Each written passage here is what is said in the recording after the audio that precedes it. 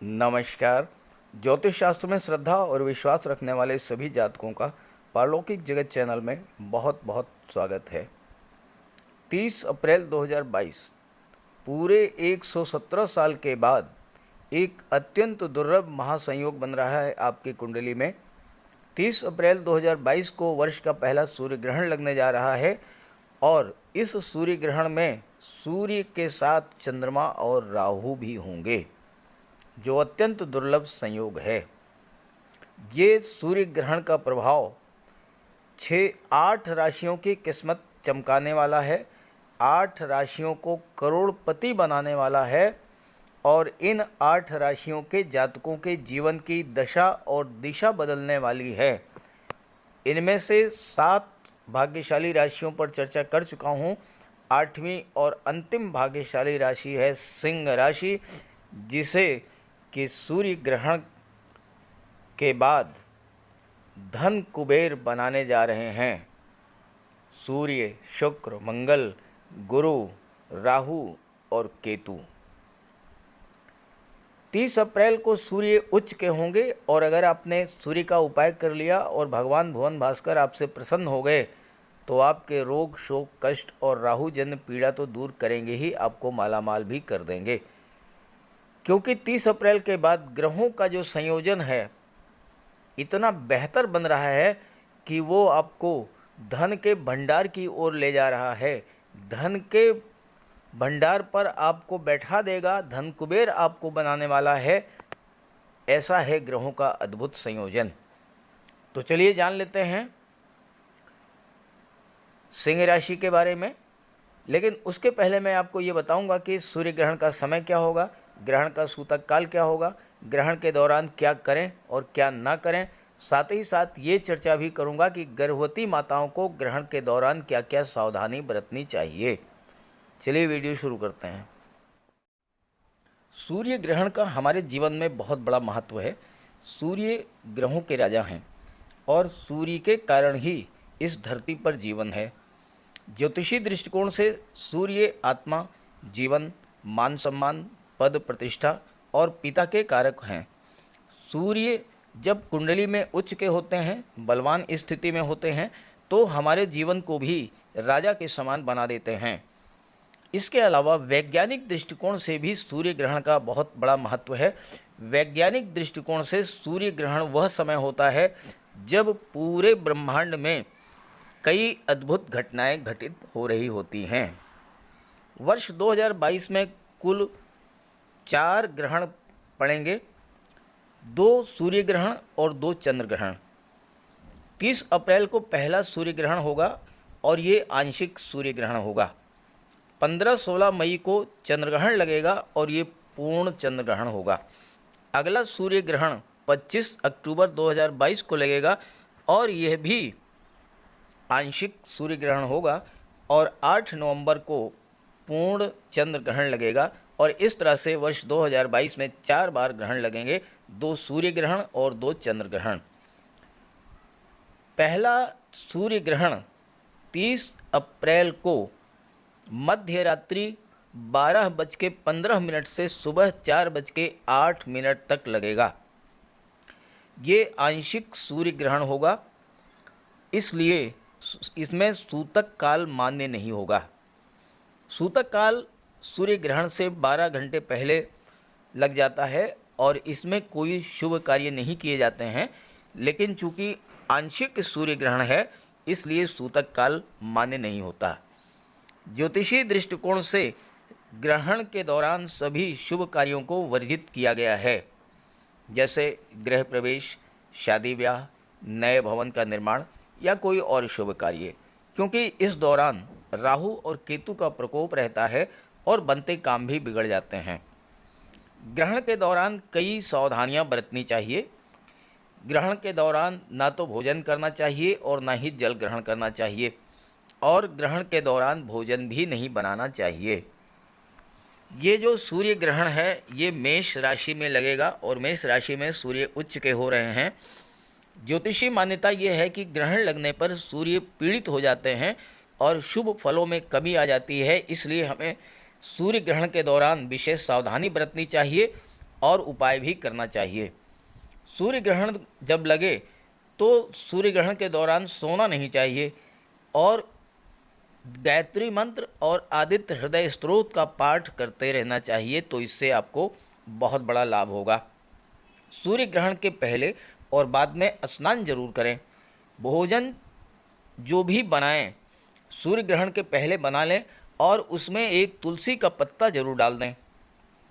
बात करें गर्भवती माताओं के लिए, तो गर्भवती माताओं को विशेष सावधानी बरतना है। ग्रहण के दौरान नुकीली वस्तुएं जैसे चाकू, सुई, कैंची, इन सब का इस्तेमाल बिल्कुल ना करें, इससे गर्भस्थ शिशु पर प्रभाव पड़ेगा। सूर्य ग्रहण को देखने से बचें और गर्भवती माताएं अपने पास एक नारियल रखें और सुबह उसे आप जल में प्रवाहित कर दें, तो इससे सूर्य का कोई अशुभ प्रभाव आप पर नहीं पड़ेगा। ये जो सूर्य ग्रहण है ये शनिवार के दिन लग रहा है, अमावस्या के दिन लग रहा है और शनिश्चरीय अमावस्या का बहुत अधिक महत्व है ज्योतिष शास्त्र में। किसी तरह का उपाय करने, तंत्र मंत्र की साधना करने और सिद्धि के लिए ये योग अत्यंत श्रेष्ठ है। इस दिन अश्वनी नक्षत्र में ग्रहण लगेगा और चंद्रमा भी मेष राशि में गोचर करेंगे। ये ऐसा दुर्लभ संयोग है कि मंगल की राशि में सूर्य, चंद्रमा और राहु गोचर करेंगे और उन पर देवगुरु का भी प्रभाव होगा। और चूंकि ये शनिवार का दिन है और इस दिन शनिदेव की भी पूजा की जाती है, इसलिए इस ग्रहण का बहुत बड़ा महत्व है। तो ये रहा समय, सावधानियाँ, उपाय, सूर्य ग्रहण का प्रभाव और गर्भवती माताओं के लिए सावधानी। तो ये है सिंह राशि के जातकों की कुंडली। सूर्य कुंडली के नवम भाव में गोचर कर रहे हैं और उच्च के सूर्य भाग्य भाव में गोचर कर रहे हैं और इनके साथ चंद्रमा भी हैं, राहु भी हैं। सूर्य आत्मा, पिता और जीवन के कारक होते हैं, सरकार और राजनीति के कारक होते हैं, सरकारी नौकरी के कारक होते हैं। नवम भाव भाग्य को दर्शाता है। नवम भाव गुरु का, धर्म का, कानून का भाव होता है, लंबी दूरी की यात्राओं का होता है और तीर्थ यात्राओं का होता है। सूर्य में ऊर्जा है, ऊष्मा है, प्रकाश है। सूर्य आपके भाग्य को प्रकाशित कर देंगे और भाग्य ही चमक गया तो फिर कहना क्या, ऐसे जातक तो मिट्टी को भी सोना बना देते हैं। और आपके लग्न के स्वामी भी सूर्य हैं। देवगुरु पंचम भाव के स्वामी हैं। सूर्य सरकारी नौकरी, शासन प्रशासन के कारक हैं। पंचम भाव शिक्षा और संतान का है। तो सूर्य का ये गोचर उन जातकों के लिए बहुत ही श्रेष्ठ होगा जो कि सरकारी नौकरी की तलाश कर रहे हैं, जो IAS, IPS, civil services, competitive exams की तैयारी कर रहे हैं। उनके लिए सूर्य का उच्च का होना और भाग्य भाव में गोचर करना सरकारी नौकरी की तलाश को पूरा करने वाला होगा। सूर्य आपके अंदर सरकारी नौकरी के प्रति जो रुझान है उसको और अधिक बलवान करेंगे और उसमें भाग्य का सपोर्ट दिलाएंगे। और जब भाग्य और पुरुषार्थ दोनों एक साथ होंगे, चूँकि सूर्य की दृष्टि पराक्रम भाव पर पड़ेगी, तो भाग्य और पुरुषार्थ जब दोनों एक साथ कार्य करेंगे तो आपको बहुत बड़ा लाभ होगा, सफलता मिलेगी। और ख़ास करके जो गवर्नमेंट सेक्टर में हैं उनके लिए तो बहुत ही बेहतर रहेगा सूर्य का ये गोचर। अब बात कर लेते हैं ग्रहों के उन संयोजन के बारे में जो कि आपको धन कुबेर बनाने वाले हैं। कुंडली के तीसरे भाव में केतु का गोचर है, पराक्रम भाव में, और तीसरा भाव केतु का पक्का घर है। तीसरा भाव भाई बहनों, पराक्रम, छोटी यात्राओं, कम्युनिकेशन स्किल और बाहुबल का होता है। केतु के प्रभाव को समझने के लिए आपको ये समझना होगा कि केतु का गोचर किस ग्रह की राशि में हो रहा है। यहाँ देखिए 7 लिखा हुआ है, 7 का मतलब तुला राशि, तुला राशि के स्वामी हैं शुक्र। तो केतु का गोचर शुक्र की राशि में हो रहा है, तो केतु शुक्र जैसा प्रभाव देंगे और शुक्र के प्रभाव में वृद्धि करेंगे। कला के क्षेत्र में आपकी रुचि होगी, कार्य में परफेक्शन लाएंगे और कला के क्षेत्र में आप बहुत आगे जाएंगे। तीसरा भाव पराक्रम का होता है, साहस का होता है और तीसरे भाव में केतु आपके अंदर कार्य करने की असीम ऊर्जा प्रदान करेंगे। हालांकि ऐसे जातकों का स्वभाव ये होता है कि मुंह से बहुत नहीं बोलते हैं, कम बोलते हैं, बिल्कुल खामोशी से अपना कार्य करते हैं और दूसरों की बातों को सुनते हैं, और यही चीज़ आपके पक्ष में जाती है। जब आप अपना कार्य खामोशी से करेंगे, दूसरों की बातों को समझेंगे, सुनेंगे, तो सफलता के मार्ग पर आप आगे बढ़ेंगे। तीसरे भाव में केतु आपको मनी मैनेजमेंट में बहुत पारंगत बनाता है और दूसरे भाव धन भाव के स्वामी हैं बुध, जो कि केतु के परम मित्र हैं। पैसे को कैसे और कहाँ खर्च करना है, ये आप काफ़ी देर तक सोचेंगे तब पैसा खर्च करेंगे। परिणाम ये होता है कि पैसा आपका सही कार्यों पर खर्च होगा और साथ ही साथ थर्ड हाउस में केतु आपको पैसा बचाने में भी चतुर बना देते हैं, तो आप धनवान बनेंगे।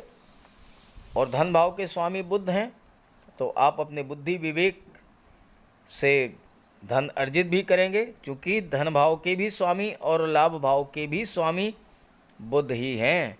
तो आप अपने बुद्धि बल से धन अर्जित भी करेंगे और धन का बचत भी करेंगे। खास करके शेयर मार्केट के क्षेत्र में आप बहुत अच्छी प्रोग्रेस करेंगे, बहुत बड़ा लाभ अर्जित करेंगे। ऐसे लोग अपने धन का सदुपयोग मनी मैनेजमेंट में तो करते ही हैं, साथ साथ बड़ी बड़ी कंपनीज में मनी मैनेजमेंट का कार्य भी देखते हैं। और शेयर मार्केट के क्षेत्र में तो बहुत ही बड़ी सफलता मिलती है, क्योंकि ये जानते हैं कि कब और कहाँ पैसा लगाने से ज़्यादा लाभ होगा। दूसरों की हेल्प करते हैं, दूसरों की समस्याओं को दूर करते हैं, और चूँकि यहाँ पर शुक्र हैं, तो आपको अपने परिश्रम, अपने पराक्रम से धन, वैभव, ऐश्वर्य और सुखों की प्राप्ति भी करा देंगे। जो दूसरा महत्वपूर्ण संयोजन है वह है शनि और मंगल का, जो कि आपकी कुंडली के सप्तम भाव में बन रहा है। आइए इस पर बात करते हैं। 30 अप्रैल को सूर्य ग्रहण लगेगा और उसके ठीक एक दिन पहले 29 अप्रैल को शनिदेव राशि परिवर्तन करेंगे और राशि परिवर्तन करके अपनी मूल त्रिकोण राशि कुंभ राशि में गोचर करेंगे और आपके कुंडली के सप्तम भाव में मंगल के साथ युति बनाएंगे। शनि सप्तम भाव में दिग्बली होते हैं। सप्तम भाव तुला राशि का घर है। तुला राशि क्या है? तुला राशि न्याय है, तुला राशि व्यापार है, तुला राशि संतुलन है। शनि न्याय के देवता हैं, धन के कारक हैं, कानून व्यवस्था के कारक हैं, राजनीति और व्यापार के कारक हैं। तुला राशि के स्वामी हैं शुक्र, जो कि धन, वैभव, ऐश्वर्य और सुखों के कारक हैं। शनि और शुक्र बहुत ही गहरे मित्र हैं और शनि का शुक्र की राशि में दिग्बली होना आपके जीवन में धन, वैभव, ऐश्वर्य और सुखों की वृद्धि करेगा। कितना अधिक, कितना बेहतर संयोजन है। शनि आपके परिश्रम की क्षमता में वृद्धि करेंगे, आपकी दूरदृष्टि को बढ़ा देंगे। मंगल आपके अंदर कार्य करने की असीम ऊर्जा का संचार करेंगे और मंगल की दृष्टि आपके लग्न भाव पर पड़ेगी। लग्न भाव के स्वामी सूर्य हैं। सूर्य क्या है? राजा। मंगल क्या है? सेनापति। जब राजा और सेनापति दोनों ही आपके लग्न के भाव को प्रभावित करेंगे तो आपका व्यक्तित्व तो अत्यंत प्रभावशाली होगा, राजाओं जैसा व्यक्तित्व आपका होगा। और कार्यक्षेत्र में शनि और मंगल आपको सबसे आगे ले जाएंगे। व्यापार के क्षेत्र में आप एक दो नहीं कई वर्षों की लॉन्ग टर्म प्लानिंग के साथ कार्य शुरू करेंगे और व्यापार को ऊंचाइयों पर ले जाएंगे। दुनिया के बड़े बड़े industrialist, business tycoon, petrol companies के मालिक, हैवी व्हीकल्स बनाने वाली companies, steel companies, two wheeler या फोर व्हीलर बनाने वाली कंपनीज के मालिक, बड़ी फार्मा कंपनीज के मालिक, ये सब दिग्बली शनि के प्रभाव से इतना आगे बढ़ते हैं। दिग्बली शनि आपको ज़ीरो से हीरो बना देंगे। ज़ीरो लेवल से शुरू करके आप टॉप क्लास बिजनेसमैन बनेंगे। शनि दशम भाव और एकादश भाव के कारक होते हैं, यानी कर्म भाव और लाभ के भाव के कारक होते हैं। तो पहले कर्म कराते हैं, फिर आपको लाभ देते हैं, और लाभ भी पूरा छप्पर फाड़ के। ज्योतिष शास्त्र के अनुसार, बहुत महत्वपूर्ण बात है, ध्यान से समझिएगा। ज्योतिष शास्त्र के अनुसार दिग्बली शनि का जातक सैकड़ों हजारों लोगों को भोजन देने वाला होता है। यानी व्यापार व्यवसाय इस लेवल का होगा जिससे आप सैकड़ों लोगों को रोजगार दे सकेंगे। पॉलिटिक्स के क्षेत्र में भी आपको टॉप पर ले जाते हैं, मेहनत कराते हैं और धीरे धीरे टॉप पर ले जाते हैं। आपको बता दूं कि पूर्व प्रधानमंत्री अटल जी की कुंडली में भी 12वें भाव में शनि उच्च के थे, और परिणाम क्या रहा? पहले उन्होंने विदेश मंत्रालय संभाला और फिर इस देश के प्रधानमंत्री बने। ये होता है प्रभाव दिग्बली शनि का। अब आइए एक तीसरे महत्वपूर्ण संयोजन के बारे में बात कर लेते हैं, जो कि देवगुरु और शुक्र का है और अष्टम भाव में बन रहा है। देवगुरु बृहस्पति और दैत्यगुरु शुक्र दोनों ही परम ज्ञानी हैं, और दोनों का अष्टम भाव में गोचर करना बहुत बड़ा ज्योतिषीय परिवर्तन है। अष्टम भाव अध्यात्म, ज्योतिष, अतीन्द्रिय ज्ञान, गुप्त विद्या, अकल्ट साइंस और रिसर्च का होता है। देवगुरु और शुक्र दोनों ही आपके ज्ञान में वृद्धि करेंगे। अचानक से आपकी रुचि तंत्र मंत्र, ज्योतिष और अध्यात्म में बढ़ जाएगी। रिसर्च के क्षेत्र में आप बहुत आगे रहेंगे, और अष्टम भाव में देवगुरु का गोचर आपको दैवी सपोर्ट भी दिलाता है। आप किसी तरह की क्यों मुसीबत में हैं तो आपको देवगुरु उससे बाहर निकाल लेंगे। अष्टम भाव आकस्मिकता का होता है, तो अचानक से धन प्राप्ति का प्रबल योग है। लॉटरी, शेयर, इंश्योरेंस, ससुराल पक्ष, यहाँ से आपको धन प्राप्त होगा। और धन प्राप्त ही नहीं होगा, धन का संचय भी होगा, क्योंकि शुक्र की दृष्टि धन भाव पर है। धन भाव के स्वामी बुध हैं, जो कि लाभ भाव के भी स्वामी हैं, तो धन की प्राप्ति भी होगी और धन का संचय भी होगा। अगर आप महिला हैं तो आप निश्चित रूप से जान लीजिए कि आपका ज्वेलरी बॉक्स ऑर्नामेंट से फुलफिल रहेगा। सोने, चांदी, हीरे, मोती के जेवरात, ऑर्नामेंट्स, आभूषण आपके पास होंगे। और अष्टम भाव में देवगुरु आपको ऐसी जगह से धन की प्राप्ति करा देंगे जहां से आप सोच भी नहीं सकते। गवर्नमेंट के पास कोई पैसा फंसा था, मिल जाएगा। किसी को आपने कर्ज दिया था, वो मिल जाएगा। कोई डूबा हुआ पैसा था, वो मिल जाएगा। अनएक्सपेक्टेड वेल्थ आपको प्राप्त होगी। तो इस तरह से कुल मिलाकर के सिंह राशि के जातकों के लिए 30 अप्रैल 2022 के बाद की जो हालात हैं, जो ग्रह स्थितियां हैं, अत्यंत लाभप्रद हैं और आपको धन कुबेर बनाने की दिशा में आगे बढ़ रही हैं। अब आप इतना ध्यान रखें कि ग्रहण के दिन भगवान भुवन भास्कर की आराधना करें, उनका उपाय करें, बहुत बड़ा आपको लाभ मिलेगा।